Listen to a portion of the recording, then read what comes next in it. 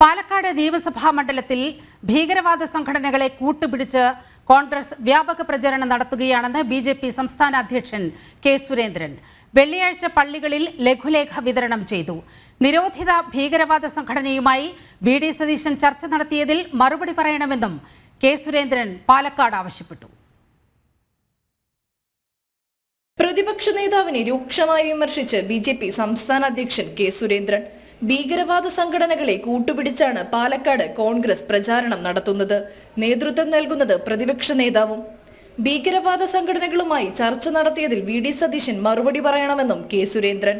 Popular ഫ്രണ്ടിന്റെ രാഷ്ട്രീയ പാർട്ടിയായ SDP-യുടെ പേരിൽ കോൺഗ്രസ് വ്യാപകമായ നോട്ടീസ് പ്രചാരണങ്ങൾ ഒരു പ്രത്യേക കേന്ദ്രങ്ങളിൽ നടത്തിക്കൊണ്ടിരിക്കുകയാണ്.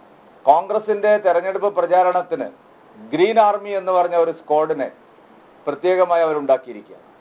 കഴിഞ്ഞ ദിവസം ഞങ്ങൾ വളരെ വ്യക്തമായും ഉന്നയിച്ച ഈ വസ്തുതകളിൽ ഒരു മറുപടിയും പറയാൻ വി.ഡി. സതീശൻ ഇതുവരെ തയ്യാറായിട്ടില്ല. മുസ്ലിം ലീഗ് മിതവാദികളാണ്, അത് മതിയാവാത്തത് കൊണ്ടാണ് തീവ്രവാദികളെ കോൺഗ്രസ് കൂട്ടുപിടിക്കുന്നത്. മുസ്ലിം ലീഗ് സാധാരണ നിലയിൽ ഒരു മിതപ്രചരണമാണ് എപ്പോഴും നടത്തുന്നത്. അത് പോരാ എന്ന് മനസ്സിലാക്കിയിട്ടാണ് വി.ഡി. സതീശൻ അതിതീവ്ര സംഘടനകളുമായി ഭീകരവാദ സംഘടനകളുമായി എത്തുന്നത്. പാലക്കാട് അത് വളരെ വ്യക്തമാണ്. മുസ്ലിം ലീഗിന്റെ പല നേതാക്കളും അവരുടെ വിഷലിപ്തമായ പ്രചാരണം നടത്തുന്നില്ല എന്നുള്ളത് കൊണ്ട് അവരെ പിൻനിരയിലേക്കാക്കി പോപ്പുലർ ഫ്രണ്ടിനെയും SDP-യെയും മുന്നിൽ നിർത്തുകയാണ് വി.ഡി. സതീശൻ. വലിയ രാജ്യദ്രോഹമാണ് വി.ഡി. സതീശൻ ചെയ്യുന്നത്. മുനമ്പം വിഷയത്തെ പോലും വോട്ട് ബാങ്കിനായി UDF ഉപയോഗിക്കുകയാണെന്നും കെ സുരേന്ദ്രന്റെ വിമർശനം. ജനം, പാലക്കാട്.